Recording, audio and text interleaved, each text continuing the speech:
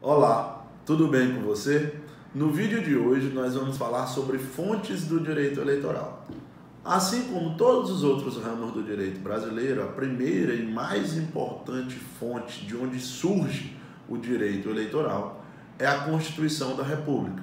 Nós temos disposições expressas a partir do artigo 14 ao 17 sobre direitos políticos e partidos políticos. Inclusive, nós temos um vídeo aqui no canal sobre o artigo 16, que versa sobre o princípio da anualidade eleitoral. Mas não é só entre o artigo 14 e o artigo 17 que nós temos disposições de direito eleitoral. O artigo 1º da Constituição, por exemplo, ele é muito importante para o direito eleitoral, porque ele divide a federação em 3 níveis, né? União, estados e municípios, que vão ser muito importantes na composição das câmaras, assembleias e poderes executivos no âmbito de toda a federação.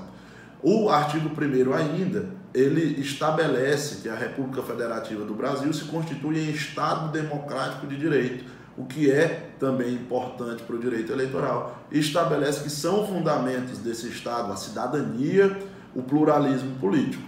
E no parágrafo único nós temos a previsão do princípio democrático, segundo o qual todo o poder emana do povo e em nome dele será exercido.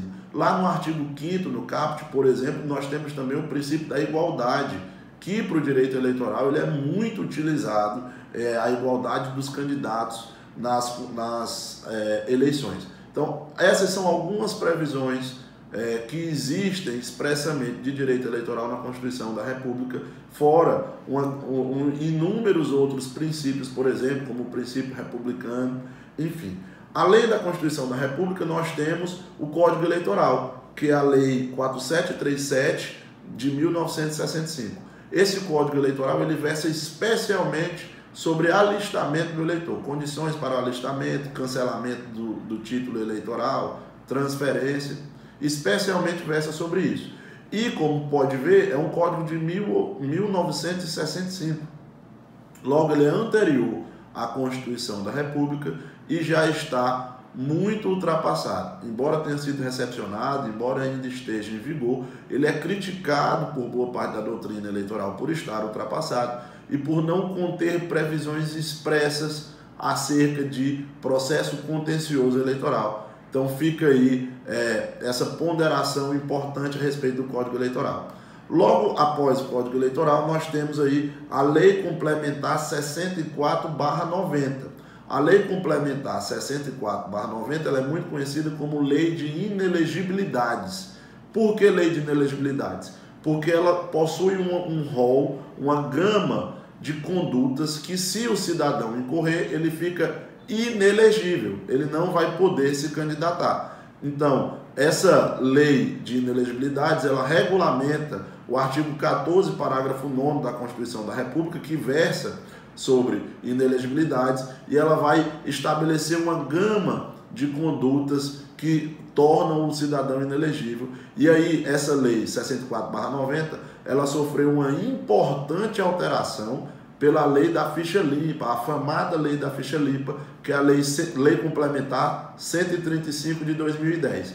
A lei de inelegibilidades, a lei complementar 64/90, na sua redação original, ela possuía uma gama razoável de condutas que tornavam o cidadão inelegível, e aí a lei da ficha limpa, a lei complementar 135 de 2010, alargou a quantidade de condutas. Então, a lei da ficha limpa aumentou a quantidade de condutas que tornam o cidadão inelegível. Essa lei também é razoavelmente criticada pela doutrina em razão da restrição dos direitos políticos, mas o fato é que está em vigor hoje ali dentro da lei de inelegibilidades. Após a lei de inelegibilidades, nós temos a LOP, Lei Orgânica dos Partidos Políticos, que é a Lei 9.096 de 1965. Como o próprio nome da lei já diz, é uma lei vinculada ao direito partidário, que estabelece as disposições do partido político. Constituição, organização, prestações de contas dos partidos políticos, filiação partidária, infidelidade partidária. Então, as disposições acerca de partidos políticos, de organização partidária, estão lá na LOP, Lei 9.096 de 1965. Até as eleições de 1998, a cada eleição que nós tínhamos na República, nós tínhamos uma nova lei que visava suprir as deficiências do Código Eleitoral, que é um Código Eleitoral, como já dito, muito defasado. Como o Código Eleitoral é muito defasado ainda hoje, a cada lei nós tínhamos uma nova eleição. Em razão disso, visando dar uma estabilidade, segundo o professor Valber Agra, para as disposições da legislação eleitoral, lá em 1997, olhando para as eleições de 1998, o legislador eleitoral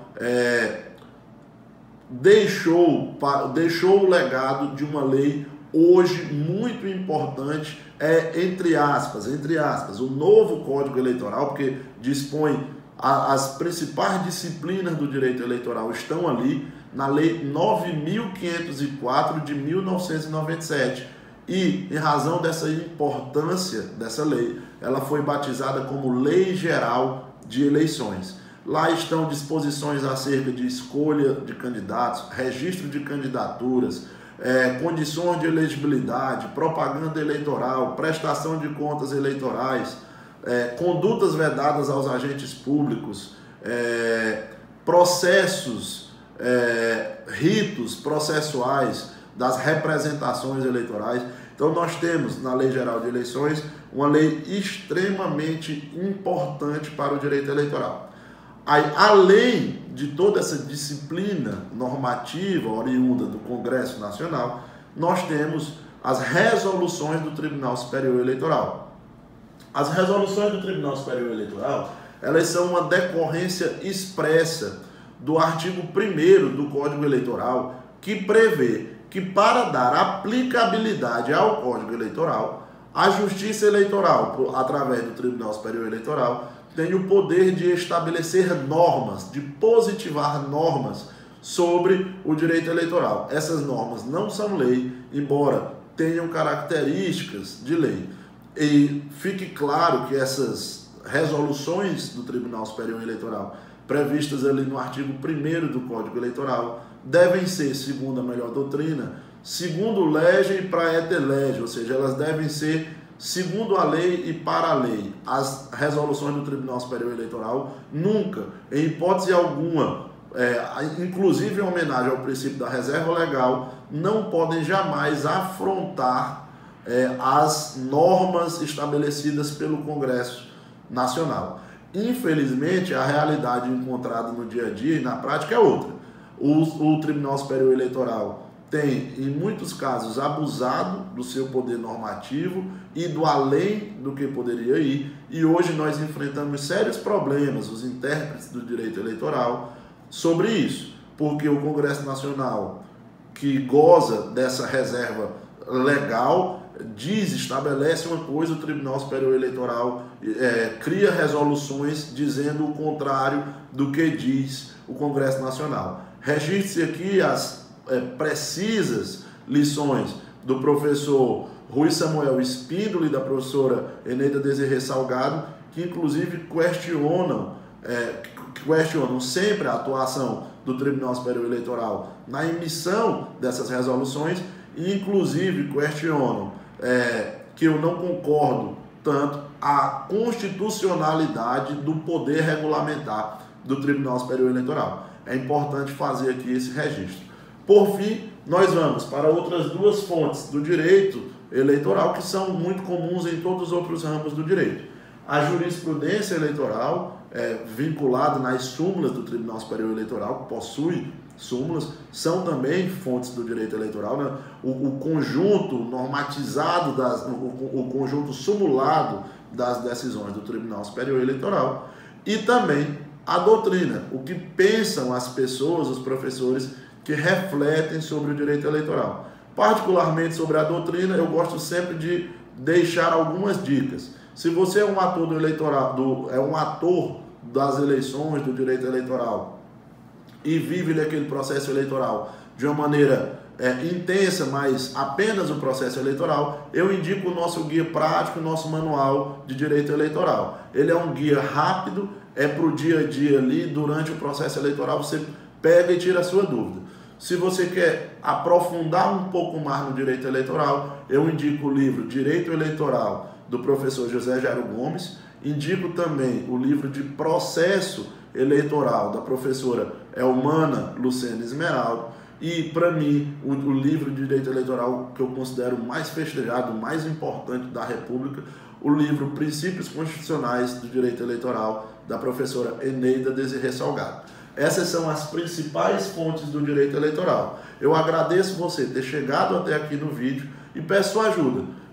Compartilhe esse vídeo com seus colegas, curta esse vídeo, se inscreva no nosso canal e, se possível, deixe seu comentário indicando sugestões de próximos vídeos. Muito obrigado, um abraço.